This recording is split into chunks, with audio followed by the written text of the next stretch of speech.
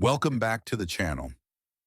Today we're diving into one of the most eye-opening books of our time, Dopamine Nation by Dr. Anna Lembke, a Stanford psychiatrist and one of the world's leading experts on addiction. This book explains why modern life is making us all addicted to social media, food, sex, shopping, gaming, even work, and what we can actually do to reclaim control over our brains. Stick around until the end, because you'll learn the exact steps Dr. Lemke uses with her own patients to break addiction and restore balance. We live in a world filled with unlimited pleasure. With one click, we can watch any video, order any food, message anyone, or buy anything we want. Compared to our ancestors who worked hard for small amounts of pleasure, we are drowning in stimulation, and our brains weren't designed for this.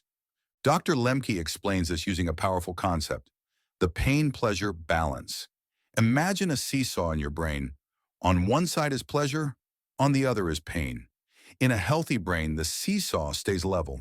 But whenever we experience a pleasurable activity, like eating chocolate, scrolling TikTok, or playing video games, the pleasure side goes down. The brain responds by pushing the seesaw back toward balance, by adding pain. This is natural and meant to protect us from overindulging. But modern life breaks this system. We overload the pleasure side with constant stimulation. Scroll, scroll, scroll, like, like, like, video after video. Eventually, the brain pushes back harder, adding so much pain that we stop feeling real pleasure altogether.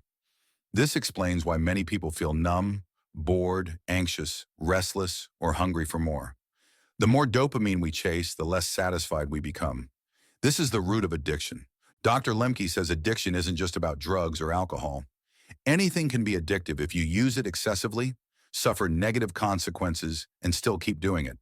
This includes junk food, sugar, online shopping, pornography, texting, gaming, binge watching, or even self-improvement content.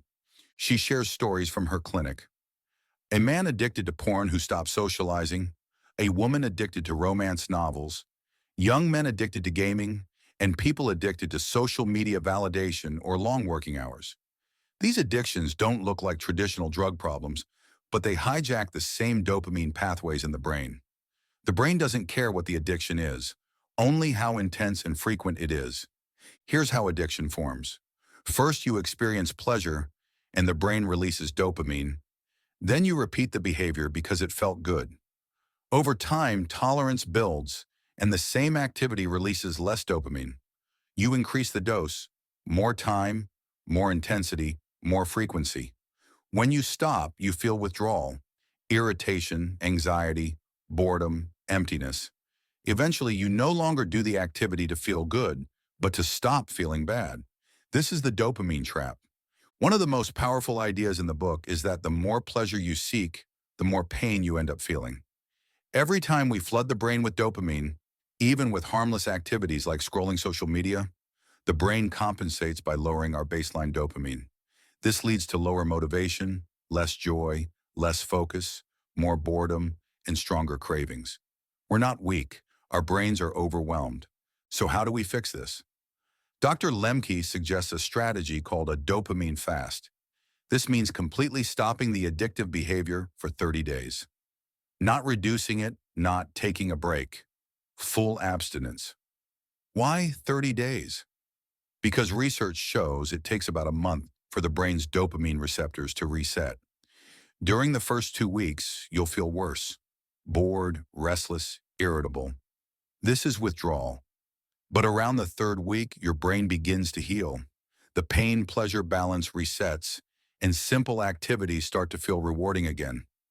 This process has transformed the lives of many of her patients. Another surprising idea in the book is that introducing small amounts of controlled pain can actually increase dopamine naturally. This includes cold showers, intense exercise, fasting, meditation, or doing difficult tasks. These activities cause discomfort at first, but afterward, the brain responds with a controlled rise in dopamine. This leads to improved mood, more motivation, deeper satisfaction, and stronger self-control. In other words, short-term pain creates long-term pleasure, while short-term pleasure creates long-term pain. Dr. Lemke also highlights the importance of radical honesty. Many addictions survive because we hide them, from others and from ourselves.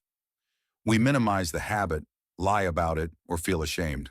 But honesty reduces shame, and shame is fuel for addiction. Tracking your behavior and sharing the truth with someone you trust can be a powerful step toward healing. So how do we live in a dopamine-filled world without falling into addiction? Dr. Lemke offers several principles. Limit high dopamine activities, especially if they are harming you. Seek deeper, slower pleasures, like walking, reading, music, nature, and real conversations. Introduce small daily discomforts, like exercise or cold exposure, and focus on building meaning, not just pleasure. Purpose provides a deeper, more sustainable form of satisfaction than constant dopamine hits. Dopamine Nation delivers a powerful message. We're not weak, we're overstimulated.